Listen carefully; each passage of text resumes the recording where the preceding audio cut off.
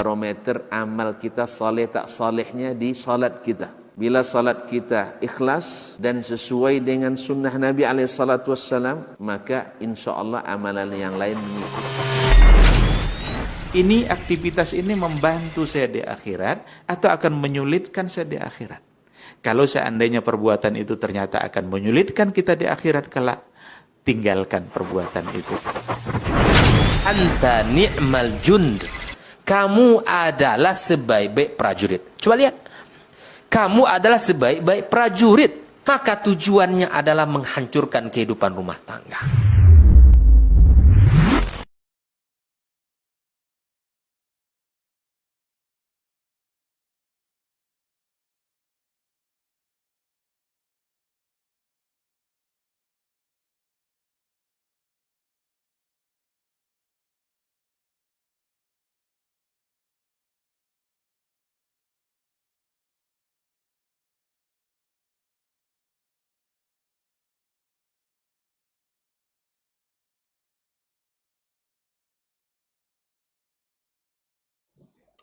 Bismillah.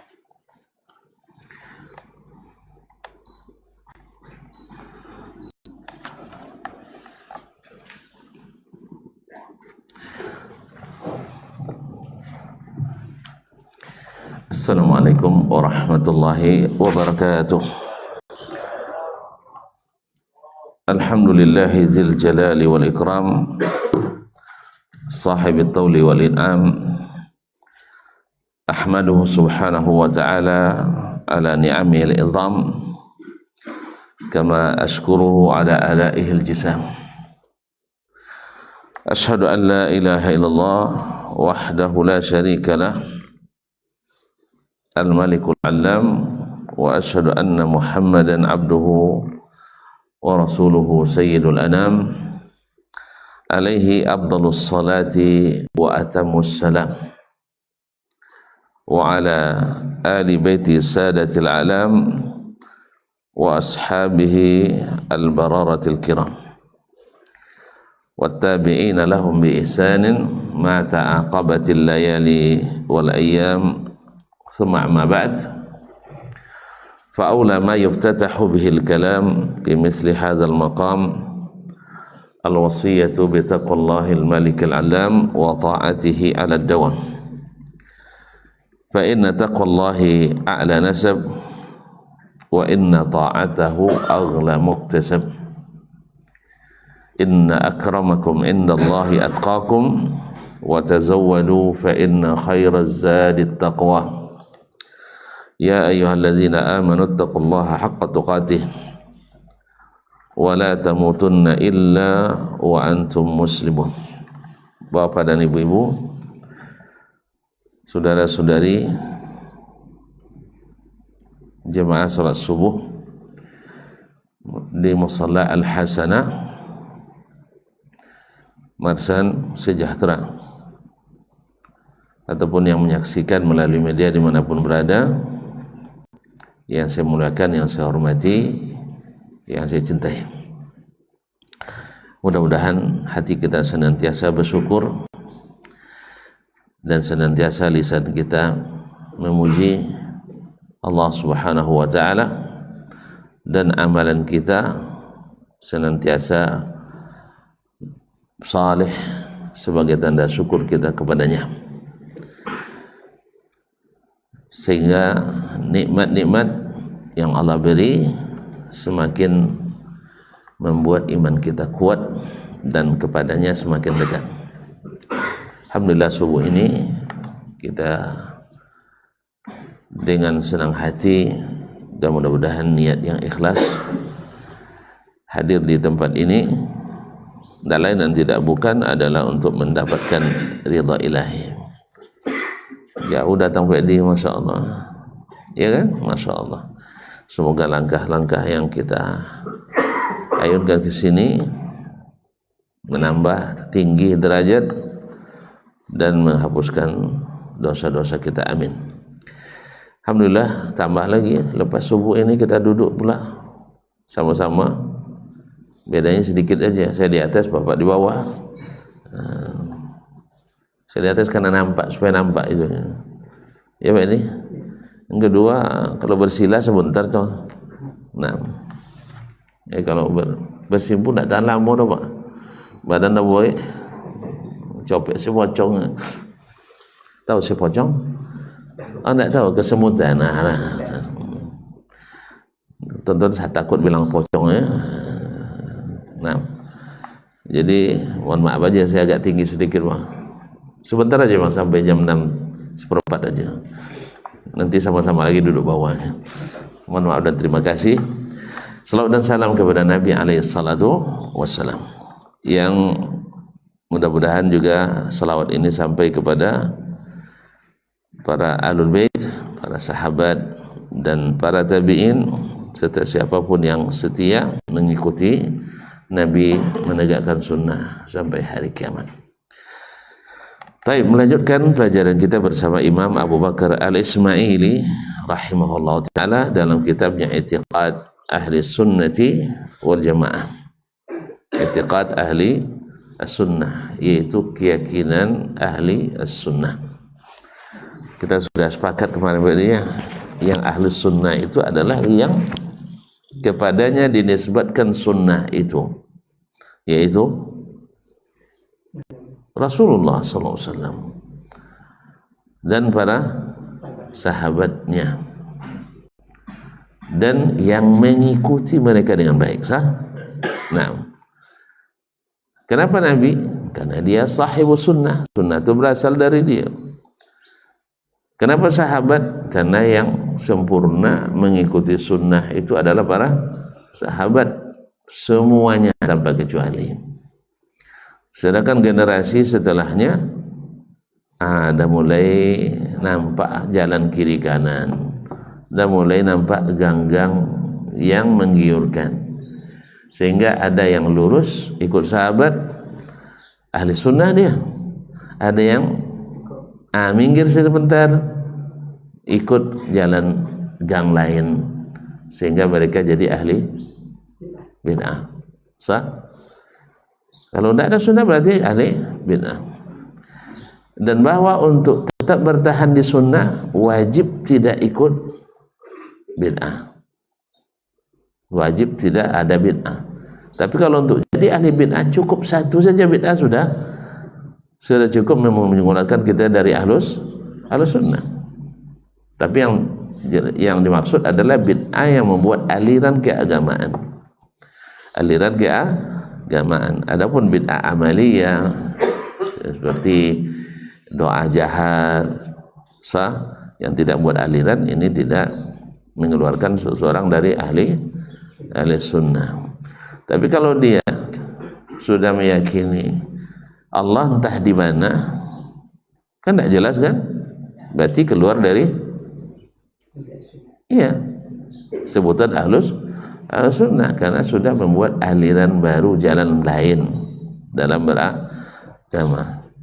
Oleh itu makanya Ibnu Hajar rahimahullah ketika mendefinisikan al-bid'atu, bid'ah itu adalah i'tiqadu syai'in lam yakun fi zamanin Nabi sallallahu alaihi wasallam, yaitu meyakini sesuatu yang sebelumnya tidak ada di zaman Nabi sallallahu alaihi wasallam. Meyakininya apa? Ya meyakini sebagai bagian dari agama. Meyakini sebagai bagian dari agama. Kalau dia meyakini sesuatu yang tak diyakini di zaman Nabi, berarti sudah melakukan bid'ah.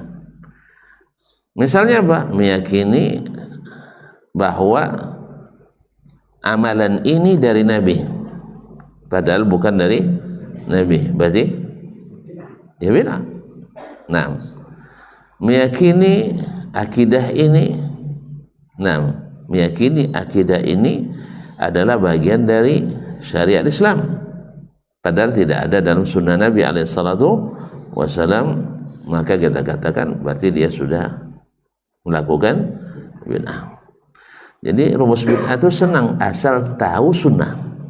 Asal tahu sunnah pasti tahu bid'ah. Tapi ahli bid'ah takkan tahu dia sunnah dan tak tahu pula bahwa dia bid'ah.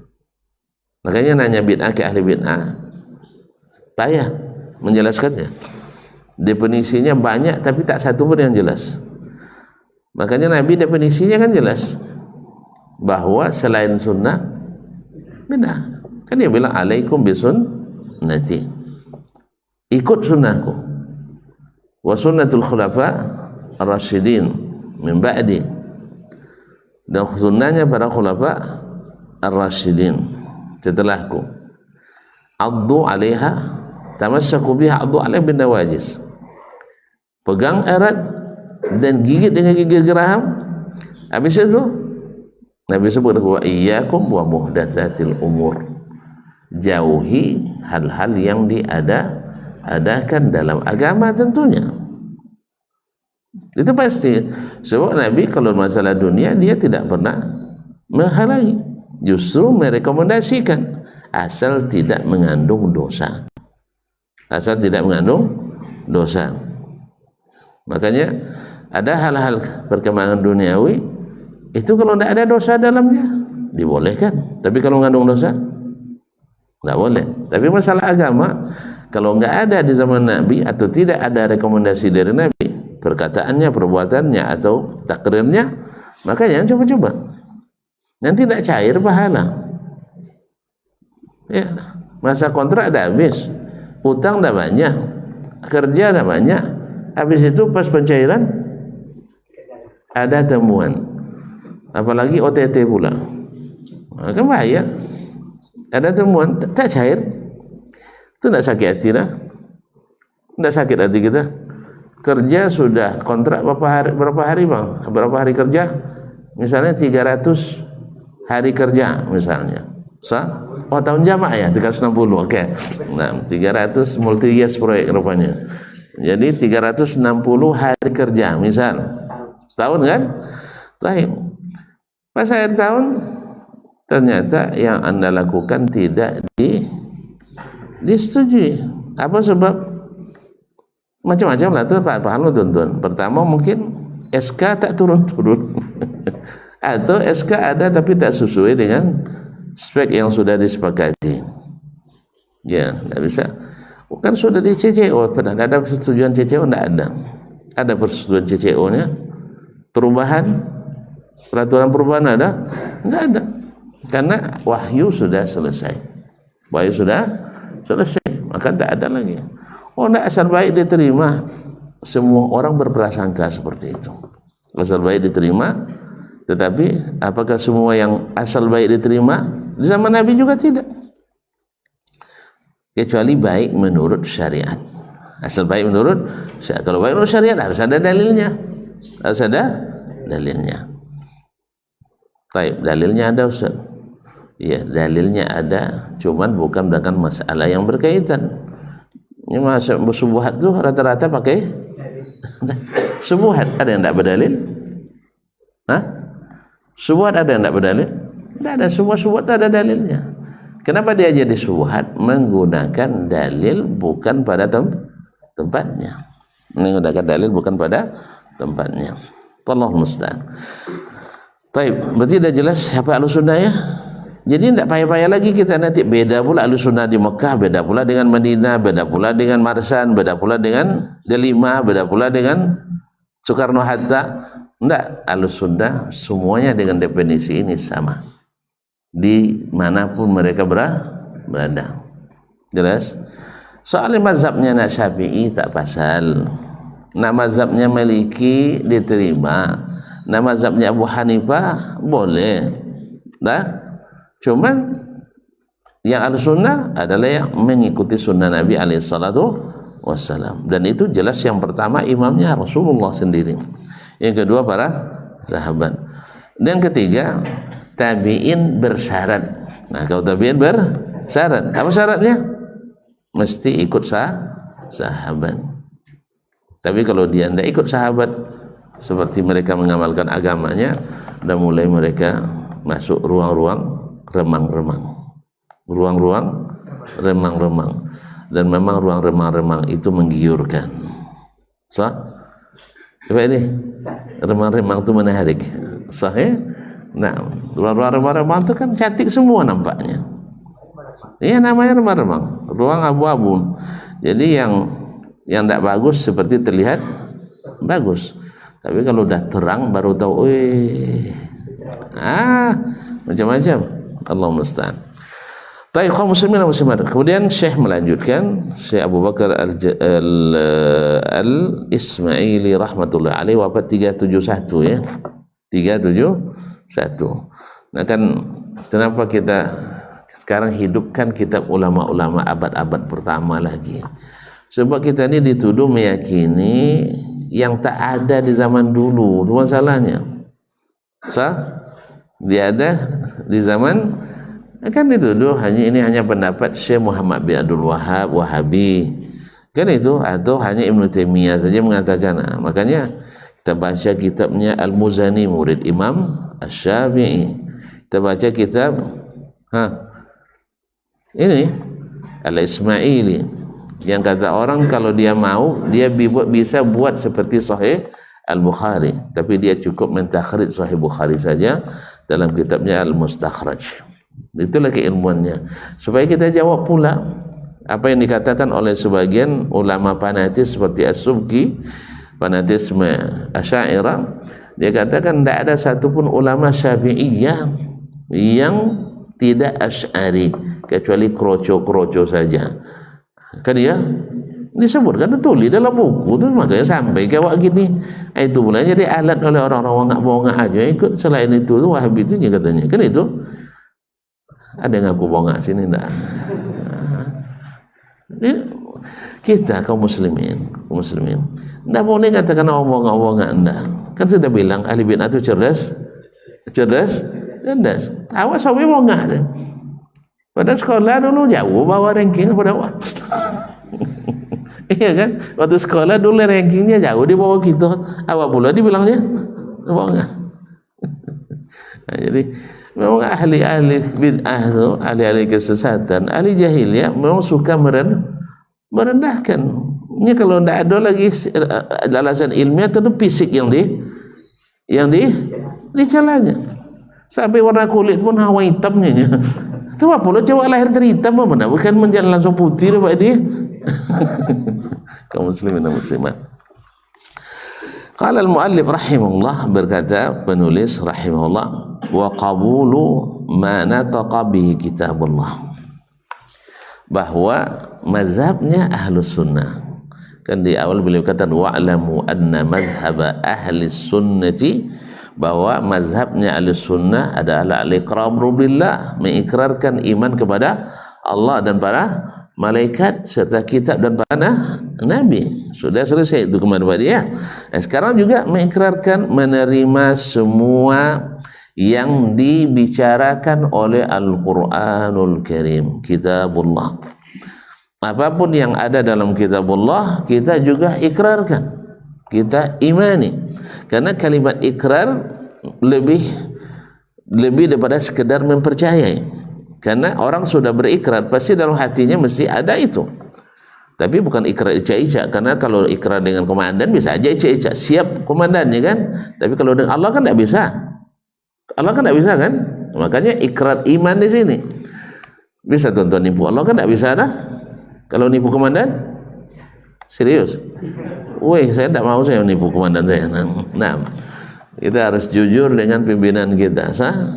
Iya, harus jujur. Kalau kau tidak jujur, sekali aja tak jujur, pasti tak senang hati kita. Karena hadis saya sebutkan itu. Orang yang kalau tidak jujur pada pemimpinnya, tidak mungkin dia ikhlas. Tidak mungkin. Kalau tidak ikhlas bekerja di bawah pemimpin kita, pasti manyang hati kita. Diajak makan aja manyang. Tahu manyang? Tidak tahu ya? Tolong terjemahkan baik di manyang. Oh, tidak tahu juga. Wah, apa terjemahan manyang, Pak? Tidak nyaman, pasti tidak nyaman. Nak marah aja, diajak makan pun nak marah juga. Nerima gaji pun curiga juga pimpinan. Gaji besar tidak ada kerja, awak gaji kecil, awak semua yang kerja. Salah sendiri kenapa jadi nak buah? Kan iya Pak ini ya. Nah, kalau nak gaji kecil jadi bos. Tapi kalau pas ruginya siap-siap juga. Besar apanya. Jadi kaum muslimin dan muslimah, disitulah makanya mesti harus ada keikhlasan, mesti ada kejujuran. Nah, kalau sudah ada kejujuran, tidak ada maknanya lagi kita bersama. Sah? Nah, dengan suami istri juga kayak gitu. Kalau tidak ada lagi kejujuran, neraka rumah tuh.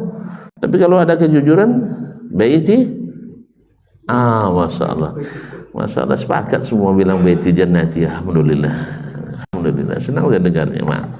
Ma'asyiral kiram. Jadi semua yang ada dalam kitab Allah mesti kita imani dan terima. Apa makna terima? Ini orang mengatakan semua ahli bid'ah dan hawa mengatakan kita menerima Al-Quran. Sah? Lalu apa makna menerima Al-Quran?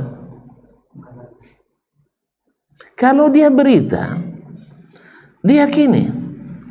Sah? Diyakini seperti yang disebutkan, bukan seperti yang kita pikir. Al-Quran mengatakan begini, antum meyakini yang lain, berarti Al-Quran tidak pandai menjelaskan. Nabi SAW dalam sunnahnya juga tidak pandai menyebutkan, karena bahasa yang sama yang disampaikannya. Jelas?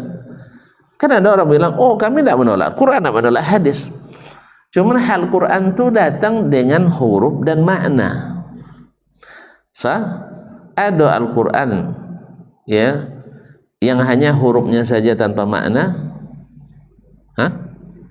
Serius? Nah, ada yang bilang ada mulai berubah. Ada. Saya bilang nggak ada, Bang. Sebab Al-Quran itu tak ada yang sia-sia. Ada artinya. Alif itu kan lurus katanya. Alif itu lurus, berarti untuk mancing. Lam kail untuk mancing. Mata kail, mim ikannya. Bukan. Alif lam mim itu tidak sia-sia Allah letakkan. Makanya Ibn Abbas mengatakan tafsir itu ada 4. Masih hafal? Atau baru pertama kali dengar? Ngangguk-angguknya tapi lah. Tafsir itu ada 4, kata Abdullah bin Abbas. Percaya sama Abdullah bin Abbas ya? Iya. Disebut dengan turjumanul Quran, ahli tafsir Al-Quran, karena didoakan oleh baginda Nabi alaihissalatu wassalam khusus untuk jadi ahli tafsir ya, sehingga menjadi ahli tafsir terbesar sepanjang sejarah Islam, tentu saja setelah Nabi alaihissalatu wassalam. Bukan pula berarti dia lebih alim dari Abu Bakar, tidak. Cuman dia di bab ini punya kelebihan dari yang lain. Nah, tetap yang lebih alim adalah Abu Bakar, thumma Umar. Nah, cuman di tafsir Abdullah Abbas mendapat tempat menjadi ahli tafsir terbesar. Nabi mendoakannya, Allahumma faqihhu fid din wa 'allimhu ta'wil. Ya Allah, jadi dia faqih beragama dan ajarkan kepadanya tafsir. Beliau membagi tafsir itu 4. 1, semua orang boleh paham. Semua orang boleh paham. Baca Al-Quran itu langsung paham. Tonton, pernah baca Quran? Langsung paham kan? Oh, tidak pandai bahasa Arab, itu masalah gitu. Nah, baca terjemahan langsung paham tak? Langsung paham kan? Alhamdulillah. Alhamdulillahi Rabbil Alamin. Langsung paham tak? Segala puji bagi Allah, pemilik alam semesta. Paham kan? Ada yang tidak paham? Ada yang tidak paham? Berarti kita harus selalu memuji Allah dah. Selesai. Ar-Rahmanir Rahim, Allah itu Maha Pengasih, Maha Penyayang. Langsung paham bahwa sifat Allah mengasihi dan menyayangi. Maliki Yaumiddin, yang menguasai hari pembalasan. Paham? Berarti hari itu ada penguasa lain? Tidak ada kan? Makanya hari itu yang sombong-sombong sekarang tuh, itu yang paling hina besok di akhirat. Ya baik dia raja mau pemimpin, kalau dia zalim dan sombong, dia yang paling kuyu nanti di akhirat itu. Tapi kalau seandainya dia adil dan rendah hati, maka dia diletakkan di mimbar-mimbar cahaya. Makanya kalau tuan-tuan jadi pemimpin, ingat itu. Jangan jadi orang kayak apa nanti, kayak kutu aja nanti di akhirat. Ketika Allah bilang Anal Jabbar, Anal Malik, sayalah yang berkuasa, sayalah raja. Aina mulukul ard, oh mana raja-raja bumi kemarin? Nah, hanya sembunyi semua tuh. Apa sebab? Buat dosa selama berkuasa. Dakwah dipersempit, orang salat payah, tauhid tidak hidup, sunnah digeruduk, sah. Akhirnya apa? Besok jadi orang paling susah di akhirat. Tapi kalau seperti Khulafa Ar-Rasyidin, Umar bin Abdul Aziz, dan para penguasa-penguasa yang adil itu, mereka nanti di mimbar-mimbar cahaya. Karena apa? Mimbar itu digunakan untuk menerangi, bukan untuk menggelapkan. Jadi Bashar al-Assad itu bahasa orang yang paling, kalau tidak taubat menjelang mati, tahu Bashar al-Assadnya? Takut pula tuh dia nyebutnya. Iya, tirani Suria yang sudah apa tuh, melarikan diri. Mana larinya? Woi, mana larinya? Ke Rusia. Tentu komunis itu perginya ke komunis, larinya ke komunis juga. Dia kan komunis. Nah, Syiah paling kejam, aliran Syiah paling kejam An-Nusairi. Na'udzubillah, tsumma na'udzubillah, tsumma na'udzubillah. Pokoknya Syiah semuanya kejam. Habis itu awak dituduhnya. Dah nunggu. Sebagian kita jadi pula alat Syiah untuk menjajakan jualannya. Baik, kembali ke tafsir tadi. Nah, yang lama-lama tuan-tuan. Nah, tafsir pertama kata Ibn Abbas, semua orang boleh paham. Tafsir kedua adalah orang Arab saja yang langsung paham. Kalau kita mungkin tidak selalu langsung paham. Maksudnya orang Arab dengan bahasanya, bukan sembarang Arab ini yang ahli bahasa, bukan ahli tata bahasa, bukan. Orang Arab yang menggunakan bahasa itu. Orang-orang kampung-kampung itu lebih hebat bahasa Arabnya daripada orang di kota. Sama kita hari ini, orang-orang di kampung-kampung lebih bagus bahasa Indonesianya daripada yang sudah bertitel-titel itu. Sebab apa? Dari 10 kata yang diucapkan 7 bahasa asing. Itu macam mana kita nak nyebut bahasa Indonesia yang baik itu, Pak? So, dari 10 kata yang diucapkan 7 bahasa asing. 2 tidak fasih pula bahasa Indonesianya, tinggal 1 yang selamat. Allahumma musta'an. Kita dibuat bangga seperti dulu ketika Islam berkuasa di Eropa dulu. Orang-orang Eropa itu mencoba mengutip istilah-istilah Arab supaya dianggap berpendidikan. Nah, sekarang kita pula yang mengutip istilah-istilah Barat supaya dianggap berpendidikan. Terbalik. Terbalik. Karena kita tidak punya izzah hari ini dengan Islam kita, dengan bahasa kita. Sah? Kalau sudah berikrar satu bahasa Indonesia, tidak ada. Yang lebih banyak digunakan adalah bahasa asing supaya bagus, supaya indah, supaya mantap, supaya maju berbahasa asing. Kita lupa bahwa negara yang menggunakan bahasanya yang tidak asli sulit untuk maju.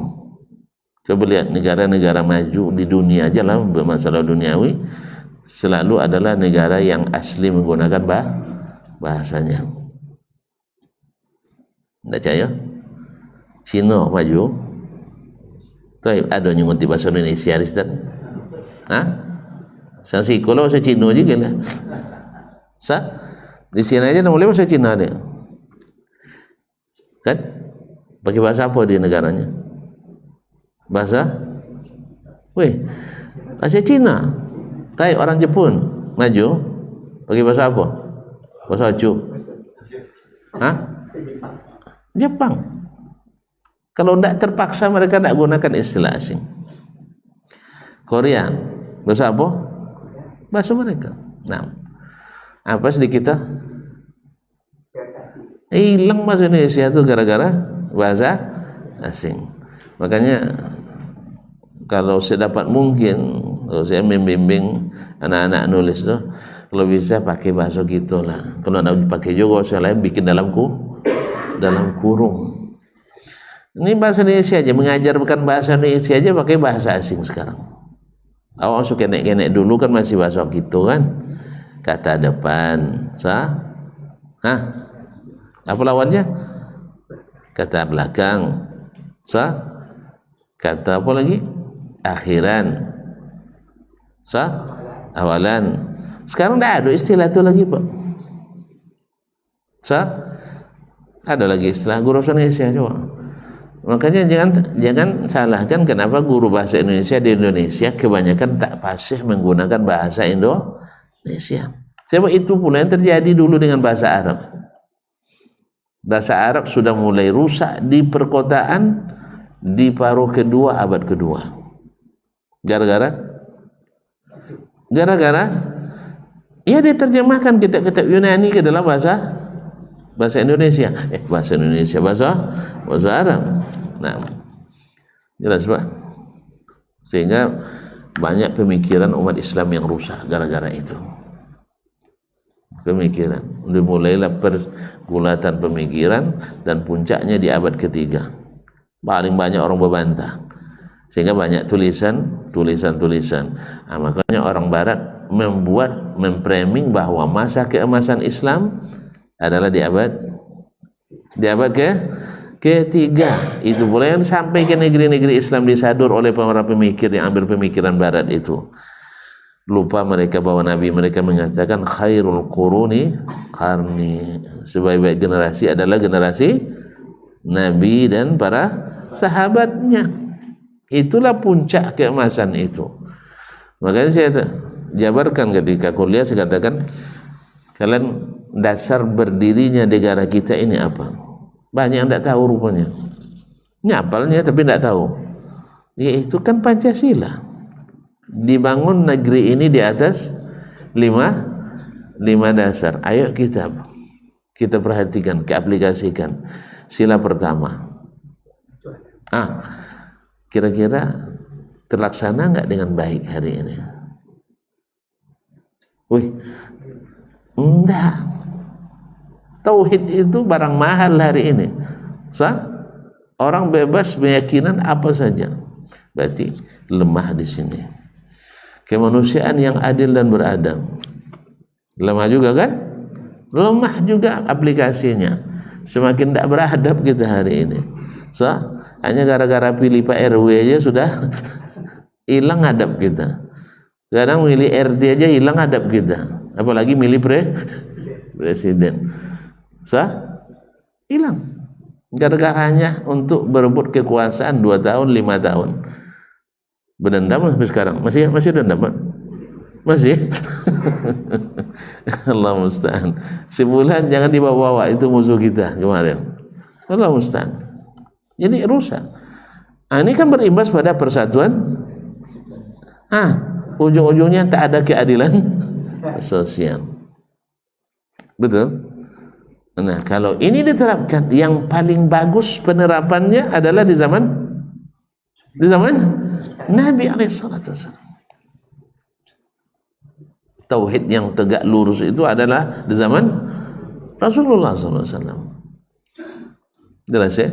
Makanya nak cari penerapan yang bagus, pembangunan yang maju, contoh Nabi SAW. Jangan contoh abad ketiga. Abad ketiga abad paling kacau pemikiran umat Islam. Memang banyak tulisan, banyak ulama besar lahir, banyak buku, betul. Tapi itu kan adalah implikasi dari perselisihan dan persaingan dan pergulatan pemikiran. Tapi paling dahsyat perperangan pemikiran adalah di abad ke-3 untuk masa-masa dulu itu. Jangan lupa Allah katakan kuntum khaira ummatin ukhrijat linnas, kalian adalah umat terbaik yang dikeluarkan pada manusia. Yang disebutkan dalam ayat itu makna pertama yang sebaik-baik itu adalah kuntum, itu adalah para sahabat. Maka generasi atau masa keemasan Islam itu adalah masa Nabi alaihissalatu wassalam. Umat bersatu luar biasa sampai mengutamakan saudara daripada dirinya sendiri. Kalau sekarang mana ada? Dulu orang mentolak-tolakan untuk masalah duniawi ini. Nak jadi pimpin sebulan lah. Kalau gini jangan main tarik-tarikan. Dorong orang baru kita tarik ke pemimpinan itu. Jauh-jauh nah. Oleh sebab itu kaum muslimin dan muslimat dirahmati Allah, kembali ke tafsir tadi, yaitu tafsir pertama, yang kedua sudah orang Arab dengan kedalaman bahasanya yang paham. Perlu misal ya, orang Badui mengkampung baru masuk Islam, bahasanya tentu masih bagus karena masih orang kampung. Salat di belakang imam membaca ayat was-sariqu was-sariqatu faqata'u aydiyahuma jazaa'an bima kasaba nakalan minallah wallahu ghafurur rahim. Dia baru masuk Islam, dah habis nak kira-kira? Baru saja masuk Islam, sudah habis nak kira-kira? Kapan pula habisnya? Kan baru masuk Islam. Tapi dia tahu salah baca imam. Dia bilang subhanallah. Coba saya ulang bacanya. Was-sariqu was-sariqatu faqata'u aydiyahuma jazaa'an bima kasaba nakalan minallah wallahu ghafurur rahim. Dia bilang subhanallah. Kenapa salah? Ada yang tahu salahnya di mana?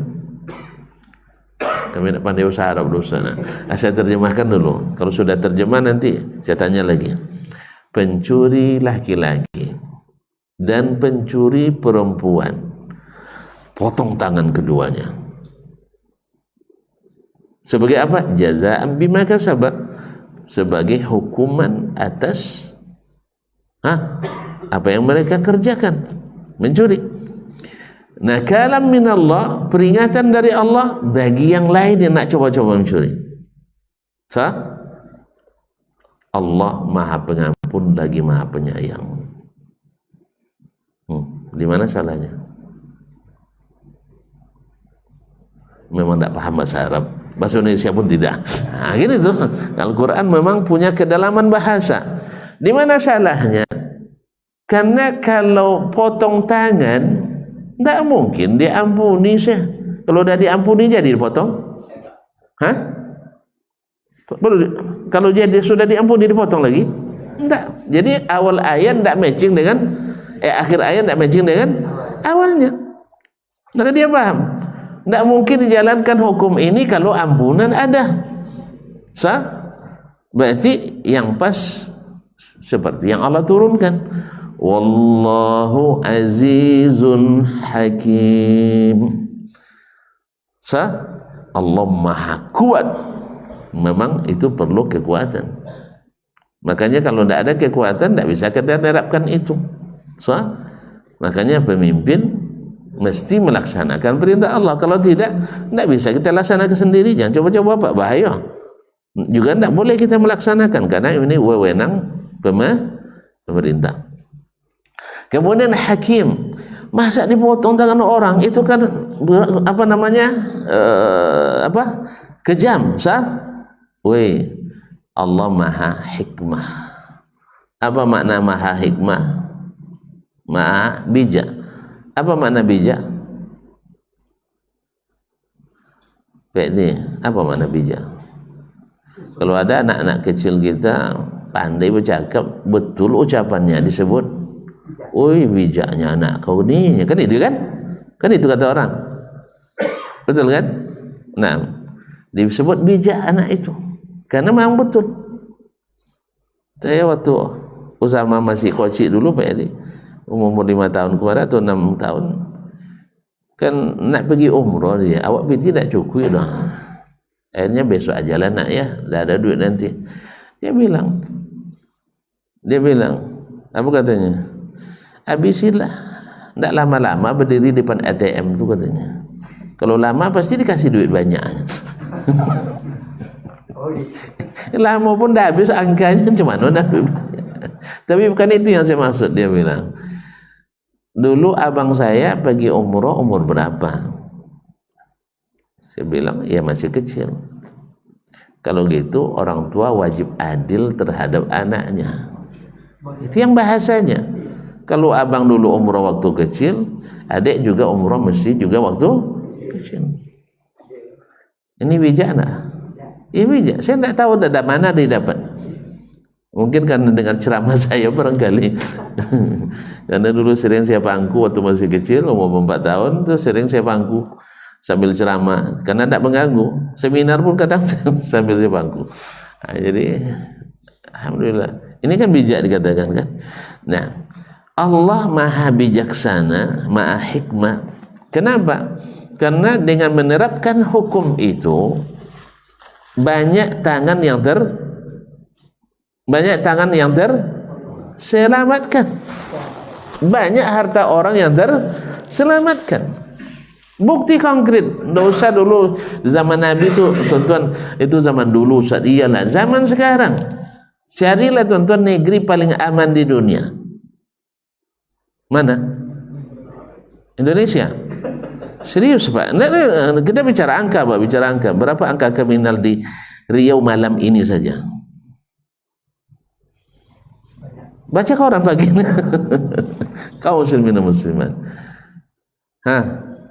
Negeri paling aman di dunia menurut indeks kriminatologi dunia. Tidak tahu juga ya. Arab Saudi, Asad, Arab. Walaupun dihujat terus oleh orang seluruh dunia, karena memang berbeda dari semua orang. Beda dari semua orang. Kalau berbeda semua orang, tentu dihujat oleh semua orang. Satu-satu negara yang hari ini dasar negaranya Al-Quran dan Sunnah hanya Arab Saudi.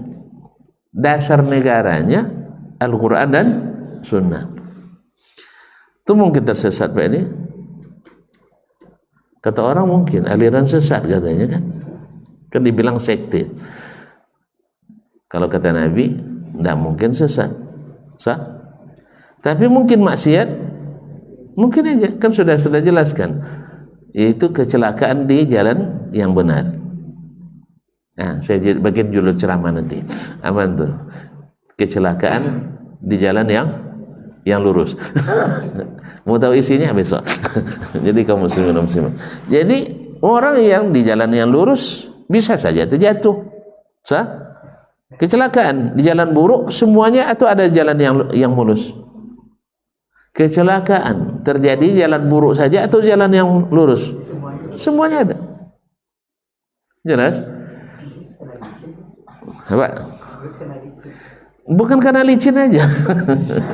Karena kita sendiri yang kadang melampaui batas kecepatan, atau ngantuk ketika menyetir, atau nengok HP dan seterusnya, atau disuruh sama kawan di belakang. Nah, walhasil menjadi negeri paling aman. Kalau penelitian tahun 80-an menyebutkan perbandingannya, saya tidak punya data setelah itu, tapi data hari ini sampai 2021 masih menjadi negeri paling aman di dunia, di seluruh dunia. Ada satu yang lebih aman, itu Kepulauan Solomon di lautan Hindia, Samudra Hindia. Cuman penduduknya mungkin sebanyak orang kampung saya. Iya, masuk ke situ pakai chip. Orang nak larikan Honda kemana mau larikan? Di tengah laut. Makanya daerah-daerah pulau yang kecil-kecil tuh seperti Mentawai, seperti apa? Pulau-pulau kecil tuh. Ya, enggak ada orang kunci Honda enggak dibawa ke dalam rumah, taruh aja di situ. Orang tidur aman. Mau kemana paling-paling nanti cari ketemu di dermaga, selesai. Jelas ya? Mau larikan mana Honda tuh? Hah? Nggak bisa, makanya aman dia. Nah, jadi seperti Natuna kan? Jadi kalau kita kunci motor, kunci aja dicuri orang. Bukan motornya aja, kuncinya itu orang. Kalau sana enggak, itu apa? Nah, karena aman. Jadi negeri paling aman. Dulu tahun 80 ada penelitian sebutkan bahwa angka kejahatan 1 menit di kota Chicago, Amerika Serikat sebanding dengan 13 tahun di Arab Saudi. Aman kan? Apa sebab? Karena orang ketika nengok tangan dipotong itu, kan itu dilakukan di depan umum, diumumkan, kemudian disaksikan ramai-ramai. Dan saya pernah menyaksikan. Tuh, sanggup Bapak untuk mengulurkan tangan untuk mencuri setelah itu? Hah? Makanya aman. Tetapi ketika tangan itu aman-aman saja, dikurung 2 tahun, dikurung 3 tahun, dikurung, tambah profesional dia. Karena bertemu di dalam yang lebih ahli. Awalnya peserta judi, setelah keluar jadi bandar judi. Sebab dia punya selama di penjara itu punya dapat daurah intensif untuk perjudian. Aja nih. Sebenarnya penjara kan tidak adil sih. Orang mencuri penjara juga, orang nipu penjara juga, orang berzina penjara juga, dan seterusnya. Kok penjara semua? Kan tidak adil. Tapi dalam hukum Islam enggak, ini hukumnya, ini hukumnya. Makanya aman. Cuman masalahnya kita hari ini belum beriman. Itu aja. Dalam masalah ini kita belum beriman. Bukti sudah banyak. Bukti sudah ada. Kita aja yang belum beriman dalam masalah ini. Yang beriman enggak sanggup untuk melakukannya. Tafsir yang kedua dan yang ketiga, tafsir yang hanya diketahui oleh para ulama, yaitu tafsir yang hanya diketahui oleh para ulama, seperti hukum-hukum yang memerlukan untuk ijtihad, seperti hukum-hukum jual beli, kan tidak semua kita paham, atau hukum nikah, cerai, talak dan sebagainya, tidak semua kita paham. Hukum perjanjian perdamaian, dan semua kita paham. Hukum qisas, hudud dan sebagainya, ini ulama bagiannya. Yang keempat, ini gara-gara abang tadi bilang gitu, makanya itu saya jabarkan. Yang keempat, yang hanya Allah yang tahu tafsirnya, itulah alif lam mim. Bukan tidak ada maknanya, tapi hanya Allah yang tahu. Jelas? Karena Al-Quran tidak ada yang tidak bermakna. Jelas? Nah, kebanyakan tafsir itu adalah, kata Ibn Abbas, dari 2 yang pertama. Semua orang boleh paham. Atau yang kedua, yaitu orang Arab dengan kedalaman bahasanya. Dengan kedalaman bahasanya. Jelas? Kalau udah jelas cukup sampai sini dulu. Nah, satu poin yaitu mengakui dan membenarkan, mengikuti dan menaati apa yang ada dalam kitabullah, bukan menerima hurufnya saja.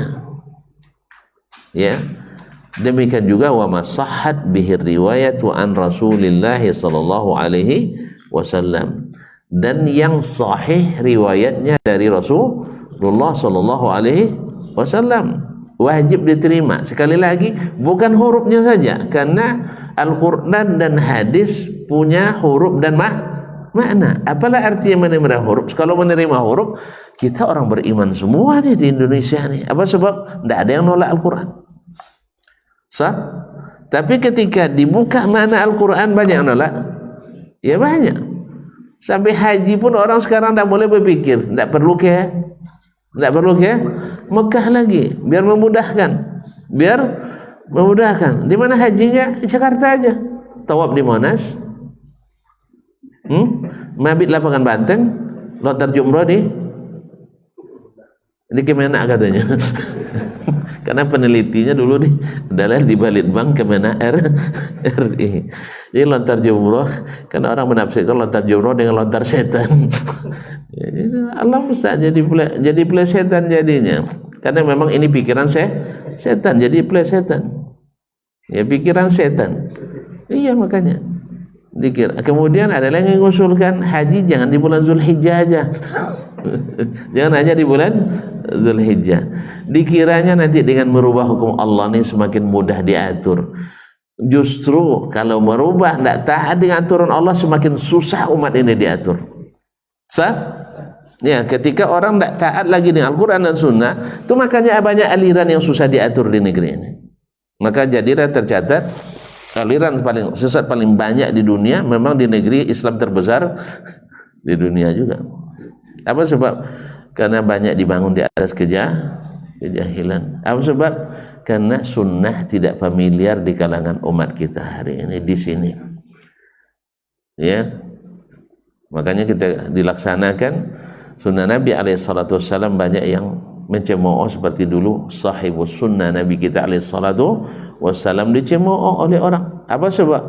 Yang namanya sunnah tentu beda dengan bid'ah. Yang namanya hidayah tentu beda dengan dhalalah.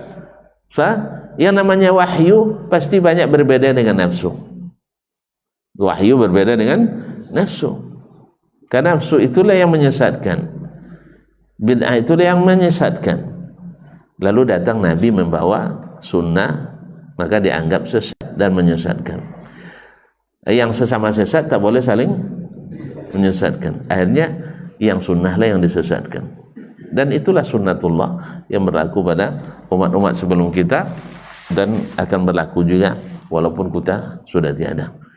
Tetapi karena kita sudah tahu, berarti ukuran kebenaran itu bukan ditolak atau diterima, tapi adalah yang datang dari Al-Quran dan sahih dari Rasulullah sallallahu alaihi wasallam dan diaplikasikan nyata dengan pemahaman as-salaf, yaitu para sahabat Nabi alaihi salatu wasallam yang merupakan generasi terbaik. Jadi menerima Al-Quran dan hadis bukan hurufnya saja, tapi terima maknanya. Karena Al-Quran dan hadis datang untuk makna itu, bukan hanya sekedar dengan huruf kosong.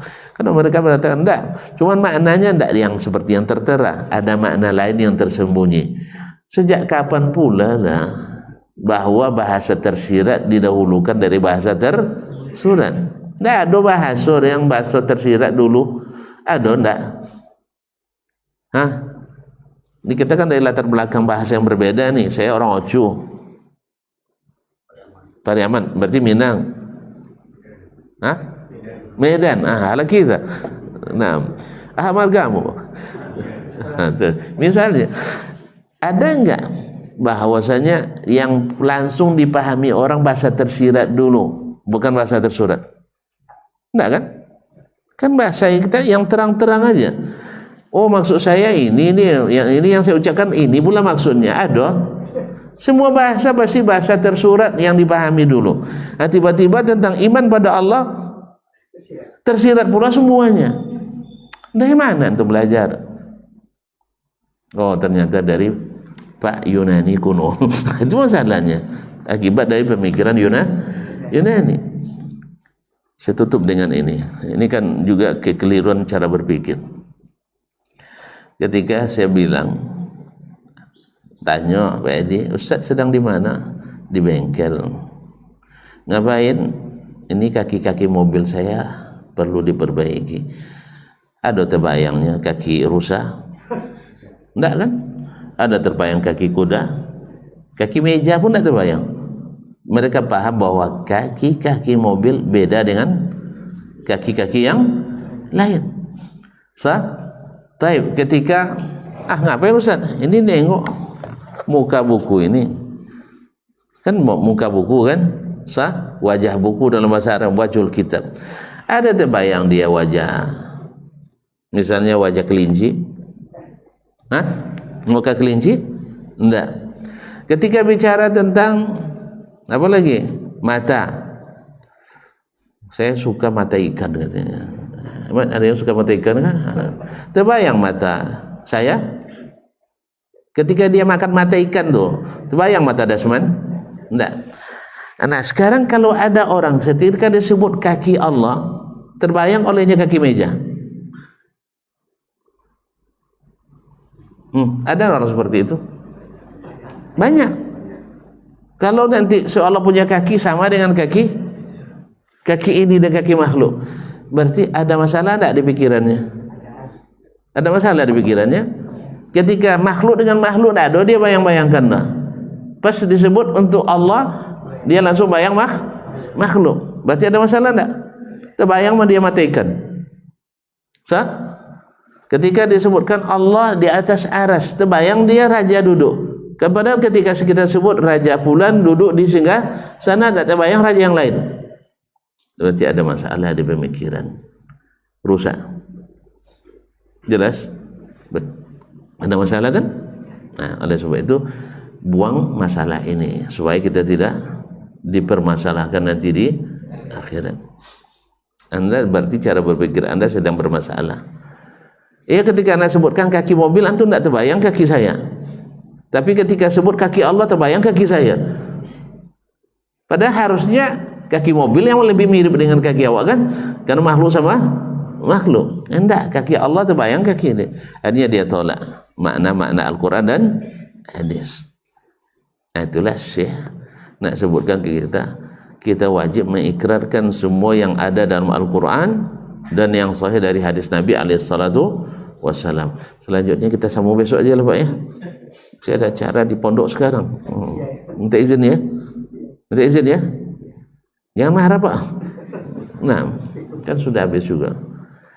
Jadi poin kita hari ini yang datang dari Syekh Abu Bakar Al-Ismaili, wajib mengikrarkan, mengimani semua yang ada dalam Al-Quran dan yang sahih dari hadis Nabi SAW. Tidak boleh lari dari situ. La ma'dila anhu, tidak ada. Kita tidak boleh menyimpang dari situ. Sebab inilah yang dulu terjadi pada Nabi dan para sahabat. Amana rasulu bima unzila ilaihi min rabbihi wal mu'minun. Allah musta'an. Baik, terima kasih dan mohon maaf. Masya Allah. Sampai jumpa kembali di tahun depan.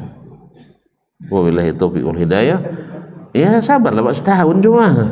Nah, wabillahi taufiq wal hidayah. Wassalamualaikum warahmatullahi wabarakatuh.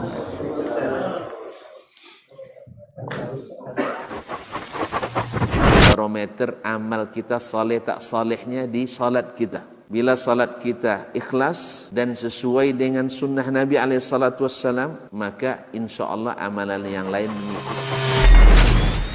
Ini aktivitas ini membantu saya di akhirat atau akan menyulitkan saya di akhirat. Kalau seandainya perbuatan itu ternyata akan menyulitkan kita di akhirat kelak, tinggalkan perbuatan itu. Anta ni'mal jund. Kamu adalah sebaik-baik prajurit. Coba lihat. Kamu adalah sebaik-baik prajurit. Maka tujuannya adalah menghancurkan kehidupan rumah tangga.